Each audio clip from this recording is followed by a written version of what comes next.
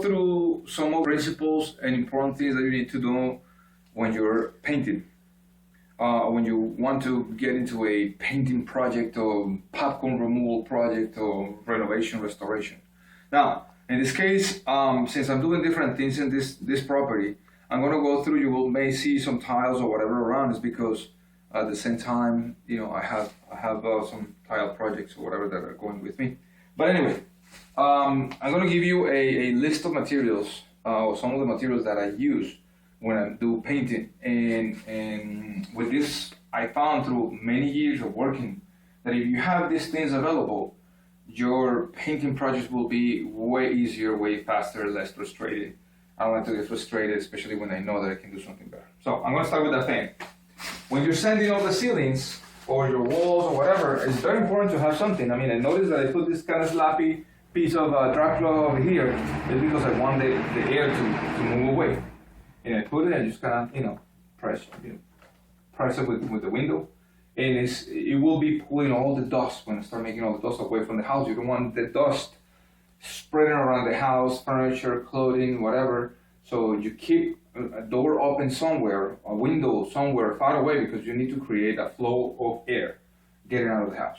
That's very important thing, very cheap, $15 fan, very important.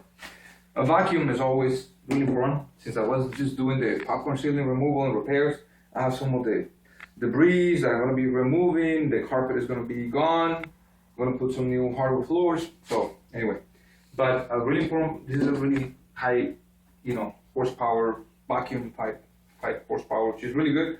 Nice decent ladder for the height that you need to work with. A set of compound knives.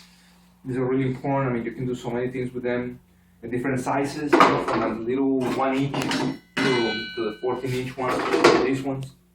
Sponges to clean. This is a nice tool to actually remove the popcorn ceiling. And then if you look at some of my videos that are called popcorn ceiling removal, I guess you go to my channel and see them, you'll see how you can use this thing. I mean, this thing collects, this is the only dirt that we got, the debris that we got from the popcorn removal, although that you see in the floor, which is not much, it's because 95% of it or more actually got trapped in a little bag and empty into a big contractor bag.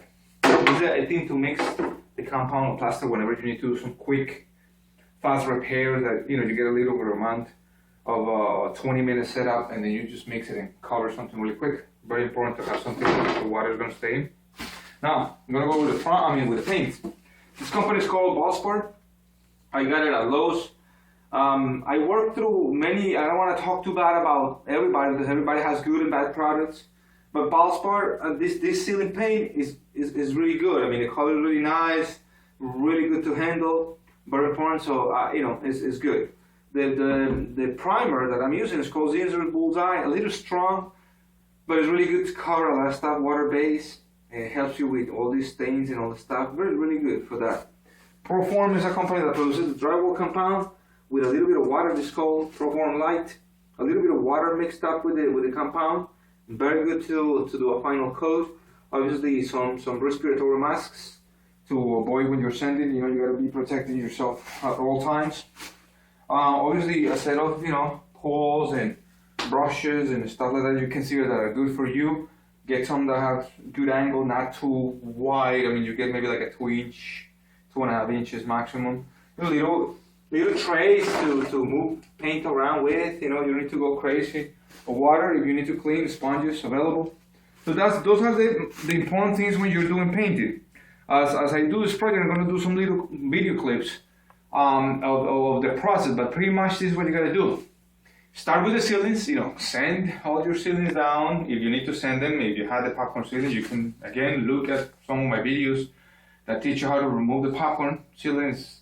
It's a cool process. I don't want to make this video too long. But, clean everything, have that thing venting the dust out away from the house. But start with the ceiling, primer, then the paint. No matter if you touch the edge of the bottom, because you're going to paint, in this case I'm going to paint all the walls, you're going to paint the walls. If not, just put a little tape or whatever, and and just paint the ceilings. But if you're going to do the walls, first the primer, on the paint, then start with the walls, then come to the moldings. And all the molding needs to be sanded down. I know, it's sick. mean, you need to do a lot of work and all that stuff, but I like to do quality work, and it demands, sanding at least the area, not too crazy. I mean, you don't want to take the paint out. You just want to create some sort of like abrasive finish, so then you paint with primer, or the primer or whatever can be attached to it. I recommend it to many of the customers to do that before when they're trying to do it themselves, and later on they found that they were peeling the paint away. Besides, the paint was kind of cheap. They didn't send it down. So so some of them come with primer. They tell you that they can do that. Maybe you can just try cleaning it up with a little scrubbing pad, like dishwashing scrubbing pad, and then just work with that paint. But I always recommend it to my customers to just be careful with that, because you don't want to be too frustrated with it. So those are the principles. I'll show you the video clips of how you're gonna how you work with these things, and that's how you move forward with your painting projects.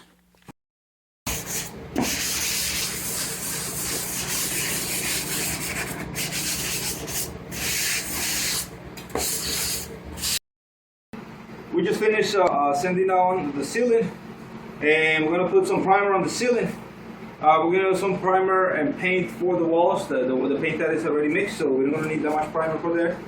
But the first thing that you're gonna do is get a small container and just get some of your primer to start painting all the perimeter around the room, okay?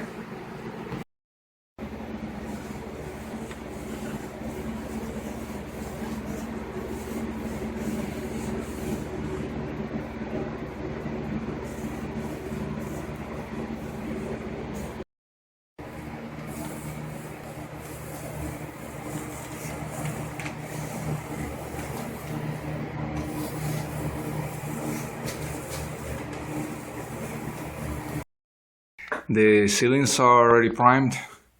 If you notice any imperfection, this is the time for you to repair it. Sometimes the dust covers little imperfections, and be sure that they will reflect later on with another light.